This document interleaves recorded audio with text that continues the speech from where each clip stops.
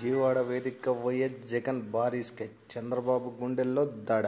గత ఎన్నికల్లో కేవలం 5 లక్షల ఓట్ల తేడాతో అధికారాన్ని కోల్పోయిన ప్రతిపక్ష నాయకుడు వైఎస్ జగన్ 3 ఏళ్లుగా చంద్రబాబు ప్రభుత్వంతో పోరాడుతున్న జగన్ కు ప్రజల్లో ఆదరణ పెరిగింది. చంద్రబాబు హయాంలో అవినీతి, అరాచకం పెరిగిపోవడంతో మెజార్టీ ప్రజల్లో తీవ్ర వ్యతిరేకత ఏర్పడింది. చంద్రబాబు ప్రభుత్వంపై అన్ని వర్గాల్లో పెరిగిన వ్యతిరేకతను క్యాష్ చేసుకుని వచ్చే ఎన్నికల అధికారంలోకి రావడానికి వైఎస్ జగన్ విజయవాడ వేదికగా భారీ స్కెచ్ వేస్తున్నాడు. గత ఎన్నికల్లో రాజధాని ప్రాంతంగా విజయవాడను వ్యతిరేకించినందుకు కృష్ణా, గుంటూరు జిల్లాల ప్రజల్లో జగన్ పై కొద్ది మేర వ్యతిరేకత ఏర్పడింది. దీంతో ఈ 2 జిల్లాల్లో వైసీపీ ఘోరంగా దెబ్బతింది. అందుకే ఇప్పుడు జగన్ రాజధాని ప్రాంతంపై ఫోకస్ పెట్టాడు. ఈ మధ్య హైదరాబాద్ లో లోటస్ పాండ్ లో కంటే విజయవాడలోని పలు కార్యక్రమాల్లో పాల్గొంటున్నాడు. అసెంబ్లీ జరిగిన సమయంలో తనతో పాటు ఎమ్మెల్యేలందరూ విజయవాడలో ఉండేలా వారికి వసతి సౌకర్యాలు కల్పించాడు. ఒకవైపు అసెంబ్లీ సమావేశంలో చంద్రబాబు ప్రభుత్వాన్ని ఎండగడుతూనే అగ్రిగోల్డ్, గుంటూరు మిర్చి రైతులు వివిధ సమస్యలపై పోరాడుతున్న వర్గాల వారికి మద్దతుగా ర్యాలీలు, దర్పాలలో పాల్గొని వారికి సంఘీభావం ప్రకటించాడు. అంతేకాదు రాజధాని ప్రాంతంలో స్వయంగా ఇంటిని కట్టుకోవడమే కాకుండా